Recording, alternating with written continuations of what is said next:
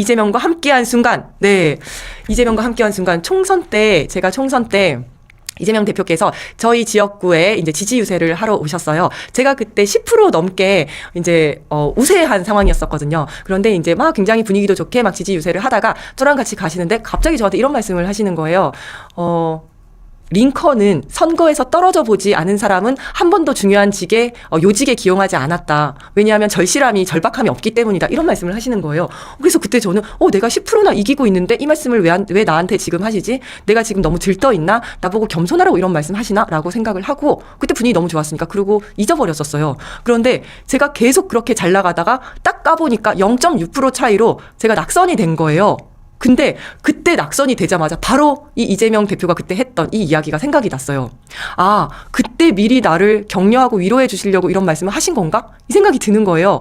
그때 제가 떨어지고 나서 아무도 저한테 말을 못했어요. 왜냐면 출구조사 자체가 10%가 제가 우승한 걸로 확신으로 아예 그냥 그냥 우승으로 나왔어요. 당선 확정으로 나왔었거든요. 그랬는데 이렇게 돼버리니까 저한테 다 축하한다고 얘기했던 사람이 저한테 전화도 못하고 정말 저희 사무국장도 저한테 말도 못하는 그런 상황이었는데 저는 그때 이재명 대표께서 했던 생각이 딱 들더라고요. 아, 낙선한 게 나에게 오히려 약이 될 수도 있겠다. 나에게 절박함이라는 것을 갖추는 오히려 좋은 기회가 될 수도 있겠다라는 생각이 들었어요. 그러면서 사자는 자기 새끼를 일부러 절벽에서 떨어뜨리기도 하잖아요. 그래서 고난과 역경을 딛고 살아 올라오는 새끼만 내가 강인한 그런 새끼만 키우겠다라는 뜻에서 절벽에서 일부러 떨어뜨리기까지 하는데 낙선은 나에게 큰 기회가 될 수가 있겠다. 내가 이 절박함이라는 무기를 갖추고 더 큰 사람이 되라는 그런 하늘의 뜻일 수도 있겠다라는 생각이 들었고 그것이 바로 이재명 대표께서 저에게 미리 해주신 말씀이 아닐까라는 생각이 들었습니다. 그래서 저도 떨어졌고 그다음에 이재명 대표께서도 2번 정도 낙선을 하셨어요. 이 낙선을 했지만 저는 스스로 아주 잘 커나가고 있다라는 것을 보여드리고 싶고 대표님 저 잘 크고 있지 않나요? 지켜봐 주시기 바랍니다. 네. 이제 구독자분들께서도 댓글 많이 써주셨는데요. 안기령, 이지은 꼭 당선됐으면 좋겠다라고 해주셨고, 현님께서, 진짜 민주당 의원들은 어쩜 하나같이 똘똘이 스머프 같지? 네, 그러게님께서는 낙선되었을 때 너무나 황망해서, 네, 마포 지나다닐 때마다 욕이 나왔었습니다. 라고도 말씀해 주셨습니다. 평안한 함님께서 이지은님의 매력에 조금씩 빠져들고 있습니다. 네, 피스님께서 10% 차이 나는데 저럴 수가 있구나. 저도 너무 놀랐습니다. 심지어 그 다음날 제가 낙선 인사, 3시간 딱 자고 낙선 인사 하러 갔었거든요. 그랬는데 제가 당선된 줄 알고, 너무 축하드려요 하시는 분들도 계셨어요. 그래서 저 사실은 낙선했어요 라고 하면서 저도 민망하고 그분들도 민망한 그런 상황이 연출되기도 했었습니다. 자, 그리고 제작진이 준비한 2번째 질문입니다. 이지은이 생각하는 이재명의 덕질 포인트. 저의 덕질 포인트는요, 많은 분들이 이렇게 생각하실 것 같은데 저는 너무 똑똑하다, 너무 유능하고 똑똑하다가 저의 덕질 포인트였습니다. 첫 번째는 질문은 어려운데 답이 너무 쉬워요. 3프로TV도 그렇고 경제방송도 그렇고 또 다른 여러 가지 전문 분야와 관련된 방송에 나가서 총선 당시 10%나 앞서다 0.6% 차이로 통안에 낙선을 했던 날, 모두가 그녀를 위로하지 못할 때 이재명은 미리 알고 있었다는 듯 말했습니다. 절박함이 없는 사람은 큰 일을 할 수 없습니다. 그 말 한마디가 낙선한 그녀를 다시 일으켜 세웠습니다. 이제 그녀는 목포를 넘어 대한민국 전체를 이재명의 실용주의로 채우려 합니다. 합니다. 그러면 저 질문을 들어서는 너무 전문적인 분야라서 무슨 말이지? 모르겠는데 답변이 너무 쉬운 거예요. 일반인도 다 알아들을 수 있게 굉장히 쉽게 답변을 하는데 그거는 뭐냐면 남이 한 얘기를 딸딸딸 외워서 하는 게 아니라 자기가 다 소화시켜서 본인의 언어로 말씀을 하시기 때문에 그게 그렇게 답이 쉬운 건 거거든요. 그래서 저분은 저거를 다 알고 말씀을 하시는구나 라는 생각이 들어서 너무 똑똑하다라는 생각이 들었고요. 2번째 답변은 이제 이 답변이 2단계 정도 질문보다 더 나아가 있어요. 예를 들어 질문이 말씀하신 거 되게 좋은데요. 이러이러한 문제가 있지 않나요? 라고 질문을 해요. 그러면 다른 분들은 되게 당황을 해서 얘기를 잘 못하거나 물론 그런 문제가 있을 수도 있죠 라고 얼버무리는데 그게 아니라 그렇죠. 그런 문제가 있을 수도 있죠. 그래서 저는 A라는 것을 해봤습니다. 그랬더니 또 B라는 문제가 있더라고요. 그래서 이 부분은 입법이 되어야 합니다. 라든지 새로운 조치가 이루어져야 합니다. 라든지 그래서 질문에 대해서 한 2단계 정도 답이 나아가 있더라고요. 정말 고민을 많이 해보셨다. 그리고 고민한 거에 대해서 실제 한번 해봤다. 추진력이 대단한 분이시구나 라는 것을 알 수 있었습니다. 그래서 너무 똑똑하다. 저는 이 유능함이 저의 덕질 포인트예요. 네, 그랬습니다. 또 이제 많은 분께서 답글 써주셨는데요. 한주영님께서는 이재명의 민주당 진짜 효능감 쩝니다. 저도 쩔어요. 네, 그리고 건들면 커져님께서 아침에 총경님 말씀이 웃겼어요. 제가 아침에 뭐라고 했을까요?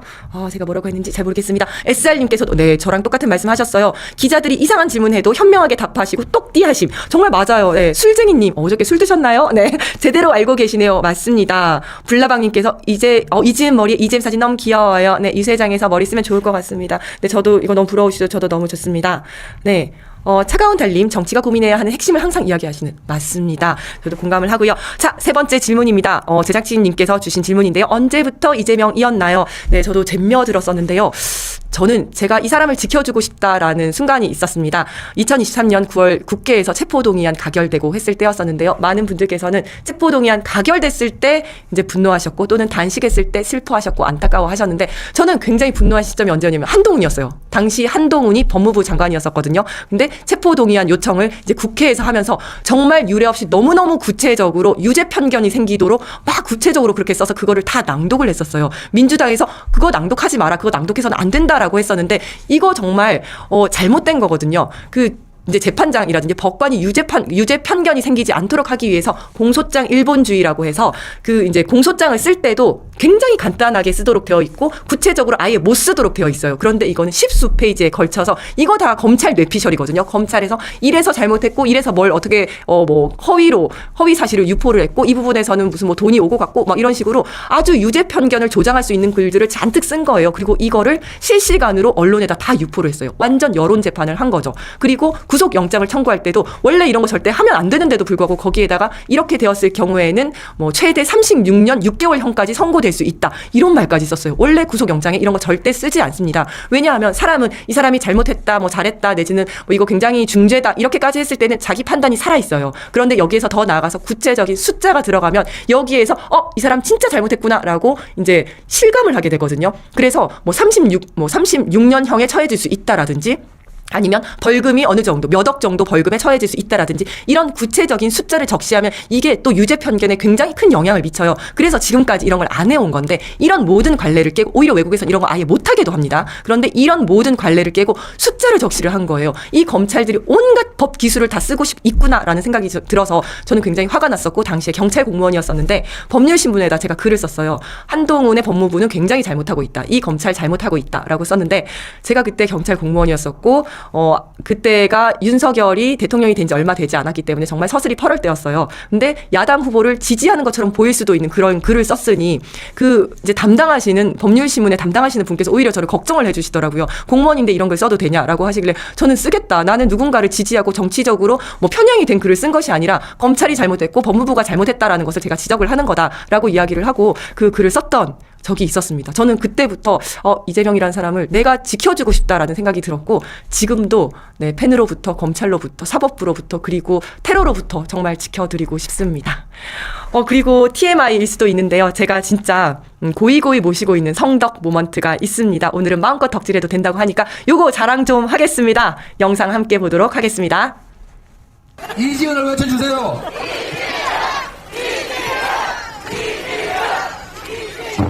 제가 전에 정청래 최고위원한테 소문을 들었는데 경찰 중에 특이한 경찰이 있다고.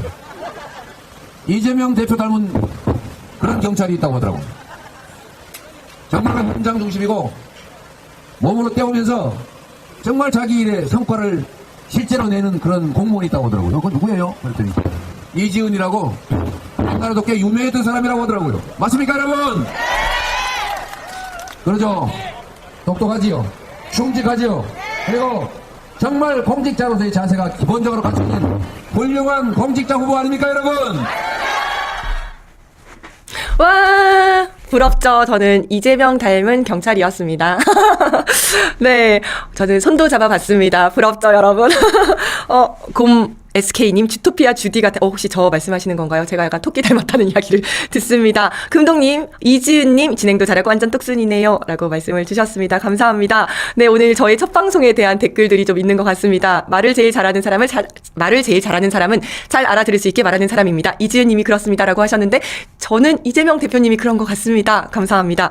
와, 도날드님 정말 기분 좋으셨겠어요. 네, 정말 기분 좋았습니다. 입이 찢어졌습니다. 네, 오늘 벌써 30분 약속한 30분이 지나가고 있습니다. 보이는 모든 것이 장래 희망이었던 어린 시절 우연히 경찰대학 제복이 눈에 들어왔습니다. 약자의 편에서 나쁜 사람을 혼내준다는 것도 매력적이었고요. 지구대에 와서 가장 먼저 한 일은 관내로 이사를 한 것입니다. 정확히 말하면 강간 사건이 일어난 가장 바로 앞집으로 이사를 했습니다. 저는 범죄가 업무가 아니라 생활로, 경찰이 아닌 주민의 입장에서 고민을 하고 싶었습니다. 경찰이 있다 보면 그 여성 안전과 관련된 신고를 굉장히 많이 받게 되는데요. 남자친구가 자신의 사생활을 너무 많이 알고 있어서 이상하다라는 신고가 들어왔습니다. 그 집에 가서 내부를 확인해 봤더니 남자친구가 몰래 녹음기를 숨겨놓고 있어서 그 사람을 체포한 적이 있었고요. 여성의 집 내부에서 장롱 안에 숨어있던 전 남자친구를 발견해서 현행범 체포를 한 적도 있었습니다. 저는 우리 사회에서 여성의 두려움은 합리적인 두려움이고 그렇기 때문에 거기서부터 나의 할 일이 생긴다라는 생각을 잊지 않았습니다. 검찰 개혁을 위해 1인 시위를 하고 경찰을 모욕했던 모 국회의원에게 한 2차 현수막도 내걸며 경찰의 명예를 지키고자 했습니다. 억울하게 고소당한 경찰관을 위해 모금 운동을 하고 공산 경찰관들을 위한 밴드 공연도 하면서 현장의 어려움을 알리고자 힘썼습니다. 윤석열 정권은 국민 안전이 아니라 정권 안위를 위한 도구로 경찰을 이용하고 있습니다. 인사권 오남용으로 인한 경찰 역량 저하, 정권 편향적 수사, 위법적인 강제 시위 진압으로 민주주의는 위기에 처했고 국민의 생명을 수호한다는 사명은 안중에도 없습니다. 더불어민주당은 인권과 민주주의 가치를 지켜온 정당입니다. 현 정권에 예속된 경찰을 국민을 위하는 본연의 역할을 하도록 되돌려 놓겠습니다. 안기령이 입이라면 이지은은 이재명의 지혜입니다. 저를 믿어준 리더를 위해 경찰의 명예를 걸고 승리하겠습니다. 가장 유능한 전문가들이 선택한 리더 이재명. 이지은의 당당한 목소리가 그리는 새로운 대한민국. 지금 시작됩니다. 해서 아직 이재명 대표를 암살하라라는 오더가 철회되지 않았다. 그렇죠. 뭐 이런 이야기도 네, 있었고, 그런 얘기 나왔죠. 저도 여러 군데에서 이제 제보를 받고 있는데 그 제보가 그냥 허무맹랑한 제보가 아니라 너무 구체적인 제보들이고 그 이야기가 실제 그냥 좀 주요 인사들한테서 나오는 이야기들이어가지고 굉장히 긴장을 하면서 좀 예의주시하고 있습니다. 네네. 그래서 이미 이제 이재명 후보에 대해서는 그 전부터 그 후보로 선정되기 전부터 경찰 밀착 경호를 받고 있었고요. 이 탄핵 이후에 사람이 좀 더 증가가 됐습니다. 그리고 이번에 이제 당에서 이제 정식 후보로 결정이 됐기 때문에 이제는 의로 경호를 받게 되는데요. 예, 그렇게 되면 이제 조금 그 전보다는 좀 더 안전한 상태가 되겠지만 여전히 저는 이제 국민 여러분들 또 지지자분들께 굉장히 당부드리고 싶은 것들이 있습니다. 사실 그 전에 김진성 씨 그 테러범 같은 경우에도 예. 지지자를 가장해서 와서 그렇죠. 사인해달라고 하면서 이제 그 암살 시도를 한 거 아니겠습니까? 맞습니다. 그래서 많은 분들이 이제 지지자를 가장해서 올 경우가 많습니다. 그래서 이런 부분에 있어서 좀 경호원들의 안내라든지 이제 지시를 좀 따라달라라는 말씀 드리고 싶은데 최근에 순회 경선을 다니면서 특히 이제 지자체장이라든지 아니면 뭐 지역위원장이라든지 이런 분들은 이재명 후보 옆에서 이제 사진이 찍히고 싶어 합니다. 네네. 그렇게 사진을 찍어야지 다음번에 선거 나갔을 때 또 유용하게 쓰일 수가 있기 때문에 그렇죠. 그런데 경호관들은 저 사람이 지역위원장인지 아니면 아닌지 모르니까요. 뭐 지자체장인지 몰라요. 똑같이 이렇게 막는단 말이죠. 막는데 아니 내가 누군 줄 알고 감히 나를 막아라고 하면서 호통을 치는 거예요. 나 네. 누구야 막 이러면서 누구야라고 말이라도 해주면 고마워요. 누구야도 안 하고 뭐 하는 거야 막 이렇게 하는 거예요. 예. 그러면 경호관들은 위축될 수밖에 그렇죠. 없거든요. 그러면 다음번에는 양복 입고 와서 대표님 접니다 하는 사람들은 못 맡게 돼요. 근데 이런 일들을 하고 있는 겁니다. 이런 일들이 벌어지고 있는 겁니다. 이런 거 굉장히 조심해야 된다라고 말씀을 드리고 또 맞습니다. 유튜버들이 굉장히 많이 따라다니시는데요. 경호가 이제 노출 경호, 그러니까 공개 경호와 비공개 경호가 있습니다. 공개 행사 같은 경우에는 완전히 이제 노출해서 공개 경호를 하는데 비공개 경호 같은 경우에는 노출되지 않게 해야 되는데 유튜버 분들이 계속 따라다니다 보니까 A라는 장소에서 공개 행사를 하고 B라는 장소에서 공개 행사를 하는데 예를 들어 중간에 2시간 정도 텀이 있다. 그럼 유튜버 분들이 다 아는 거예요. 어디서 비공개 행사를 하겠구나. 거기서 기다리시는 거예요. 그래서 이 비공개 행사가 취소가 된 적도 있었습니다. 그래서 유튜버 분들, 지지자 분들 모두 이제 지지하는 마음은 알겠지만 지금 가장 중요한 게 이재명 후보의 안전 아니겠습니까? 그렇죠. 이런 점들을 좀 유념해서 주의를 해주시면 좋겠습니다. 기본적으로 이제 경호의 강도를 높이는 것과 근데 이게 정치인으로서 이제 지금 뭐 압도적 1위 주자인데 이 경호 문제가 자꾸 이슈가 되는 거에 정치적 득실은 좀 다른 문제인 것 같아요. 그러니까 예를 들면 말씀하신 대로 이재명 대표가 이미 한번 이제 그 테러를 당한 적도 있고 하기 네네. 때문에 그 긴장감과 경호의 수준을 높이는 것과 동시에 예. 이게 뭔가 이재명 후보가 권위적이고 그다음에 이런 대우를 받고 이런 이미지로 대중들에게는 근데 결국 남거든요. 그러니까 이 부분에서 이게 박빙이고 두 명 다 똑같은 그거 경호를 받는다고 하면 사람들이 이제 그런 이미지가 부각이 되지 않는데 이 경호 문제를 말하자면 보수 언론이나 이런 데 자꾸 부각시키는 이유가 그거거든요. 이미 간단히 얘기하면 이미 대통령 행사한다 이 이미지를 주기 위해서 이걸 하는 건데 이제 그 부분에서의 좀 전략적 고민 뭐 이런 것들도 필요해 보입니다. 네, 아니요 그 말씀에 어느 정도 또 일정 공감하는 부분이 그 박정희 전 대통령 무역을 또 참배를 하는 그 과정에서 그 또 한 남성분이 이제 한 접근을 괴한이, 했다가 네, 맞아요. 무슨 네, 서신을 전달하겠다. 서한을 네. 전달하겠다 했다 이제 제지를 당한 일이 있었지 않았습니까? 이게 대중적으로 보여졌을 때는 그 이미지가 좋지 않을 수 있을지언정 근데 계속 거론되는 이재명 대표에 대한 안전상의 그 이유 때문에라도 요 어느 정도의 그 접근 거리는 좀 제한을 두고 경호에 조금 더 좀 치중하는 게 맞겠다라는 생각도 좀 듭니다. 고민이 될 것 같아요. 저는 기자님 말씀하시는 거에 정말 100% 동의를 하는데요. 그래서 사실은 제가 초반에는 이재명 대표 경호와 안전이 가장 중요하기 때문에 대통령 경호실의 경호를 받아야 된다라는 주장을 했었습니다. 네네. 네, 대통령 경호실의 경호를 받으면 이게 이제 대통령 경호법에 따른 경호를 받을 수가 있어요. 대통령 경호법에 따르면 대통령만 할 수 있는 거 아니야 라고 생각하실 수도 있겠지만 대통령, 당선인, 전직 대통령, 대통령의 가족 등등 다 할 수 있고 제일 마지막에 경호처장이 인정하는 주요 인사에 대해서 할 수가 있어요. 그쵸. 근데 대통령 경호법에 따라서 경호를 하면 좋은 점이 뭐냐면 경호 구역을 설정을 해서 거기에는 아무도 못 들어오게 할 수가 있고 안전 검측, 차단, 질서 유지가 가능합니다. 저는 초반에는 이렇게라도 해야 된다라고 생각했었거든요. 아무도 접근을 못하게.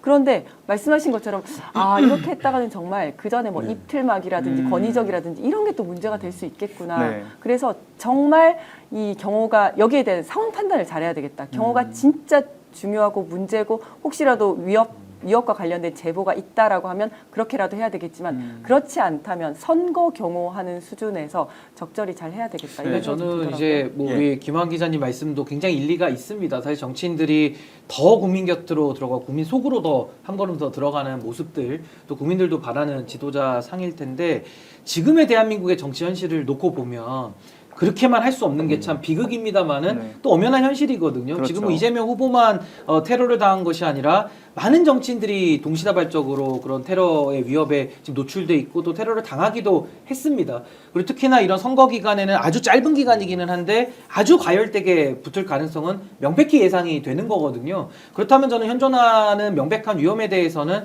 당연히 저는 관계 당국이 경호를 저는 더 엄밀하게 더 하는 것이 맞다고 보여지고 다만 이제 이재명 후보의 리더십이나 내지는 지금의 이 선거 환경이라는 게 옛날처럼 사람들하고 다 일일이 악수하고 뭐 이런 식으로만 소통하는 게 있는 건 아니고 네네. 또 다양한 방식을 통한 여러 가지 경호와 절충시킬 수 있는 방법론적인 것은 그렇죠. 저 충분히 가능하다고 보기 때문에 저는 좀 달라진 상황의 현실에 맞는 네. 그런 경호와 또 선거 운동 이걸 좀 절충하는 방식으로 해서 좀 사건 사고 없는 그런 대선이 되는 게 가장 중요한 거 아닌가. 네. 그래서 아니, 저는 맞습니다. TV 토론 많이 나가시고 그냥 유튜브 많이 나가시고 하시면 좋겠다. 아니, 충분히도 지금 뭐 댓글이든 뭐든 다 네. 소통이 그럼요. 가능하니까요. 네, 네. 소통이 충분히 그런 걸 가능- 많이 활용할 필요가 좀 있겠다. 네. 너무 네. 권위적이라는 생각도 하실 수도 있으니까요. 네, 그래서 맞습니다. 현장에 가면 또 이제 지지자분들이 막 이렇게 떡도 드리려고 그러고 뭣도 자꾸 드리려고 해요. 네네네, 그런데 그렇죠. 아시겠지만 그걸 어떻게 먹습니까? 그 안에 그렇죠. 뭐가 들었는지 네. 어떻게 알 수가 없지 않습니까? 맞아요, 그런 맞아요. 것들도 좀 이해를 좀 해주시고. 네. 네. 맞습니다. 그러니까 소통할 수 있는 방법이 여러 루트를 통해서 있다라는 말씀에도 공감을 하고 또 하나는 어쨌든 지금 내란이 종식되지 않은 특수성이 있기 때문에 그 안전에 대해 최우선을 할 수밖에 없는 상황이라는 점은 아무래도 이제 국민들께서도 충분히 이해하시지 않을까라는 생각이 들어요. 그리고 또 하나는 전 지지자분들한테도 좀 그 강조해서 말씀드리고 싶은 게 이제는 그 테러 이후에도 지지자들 간의 어떤 이 문화적 형성이 분명히 이루어진 것은 있거든요. 지금도 마찬가지로 어느 정도 일정 거리를 두고 멀리서나마 응원해 주시는 것도 네. 큰 도움이 된다. 어느 정도 맞습니다. 거리를 두고 응원하는 것도 충분히 힘이 되거든요. 자, 그럼 다음 저희 이제 묘역 참배에 대한 이야기가 나와서 또 말인데 앞서서 이제 한 서한을 전달하고자 이제 접근했던 사람이 네. 있었잖아요. 근데 마침 그 참배를 했을 때 당시에 박태준 포스코 명예회장 묘역을 또 참배를 했어요. 그러니까 기존에 원래 현충원에 갔을 때 참배할 일정이 없었던 건데 현장에서 이제 이재명 후보가 가겠다라고 이제 결정하면서 즉흥적으로 결정이 된 사안이라고 하지 않습니까? 요 내용은 그 의미가 어디에 있다라고 보십니까? 물론 이재명 후보도 본인이 직접 언급을 한 부분도 있긴 합니다만은.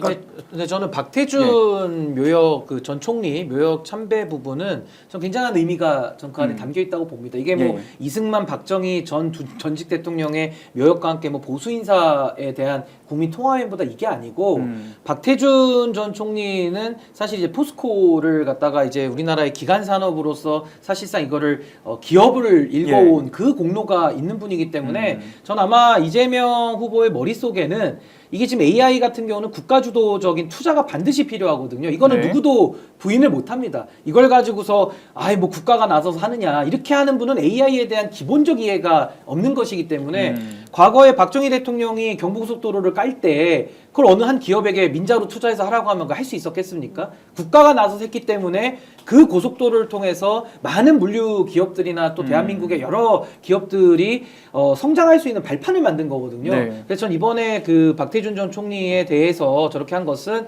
결국에는 이 AI 산업에 대해서도 제2의 포스코 같은 국가가 주도하는 이런 기업들의 성장의 기반을 만드는 게 좀 필요하다. 전 이 메시지를 반드시 전 담기 위해서 아마 간 거 아닌가 좀 네. 생각이 좀 들었습니다. 기업 성장의 메시지를 담고 있었다. 그럼 다른 두 분은 좀 어떻게 보셨습니까? 어떤 메시지에 초점을 두 가지인 것 같은데요. 이재명 후보가 이제 저희처럼 이제 뭐 정치 관련된 뉴스를 보고 정치에 고관여하는 사람들이 갖고 있는 이미지가 있고, 근데 정치를 별로 모르는 사람들이 성남시장 하다가 여기까지 되게 빨리 왔네. 뭐 막 성남시장 할 때 복지도 되게 잘했네. 이런 이미지의 또 얼굴도 있어요. 그러니까 예를 들면 여러 가지 얼굴이 있는데 그 중에서 지금 최근 들어서 강조하고 있는 건 어떤 경제적 이미지와 성장과 관련된 얘기잖아요. 그래서 뭐 국민의힘에서는 기본소득 어디 갔냐 이런 비판도 하지만 어쨌든 지금 꺼낼 수 있는 카드는 그게 아니다라고 했고, 그런 의미에서의 어떤 본인의 이미지를 상징적으로 보여주는 것 같고, 저는 보수 언론들도 그 부분을 지난주부터 걱정하기 시작했던데, 오늘도 뭐 4만 불 가는데 얼마나 걸릴 거냐, 4만 불 IMF 기준으로 따지면 윤석열 때문에 2년이 늦어지게 됐다는 거 아닙니까? 뭐 그런 식으로 보면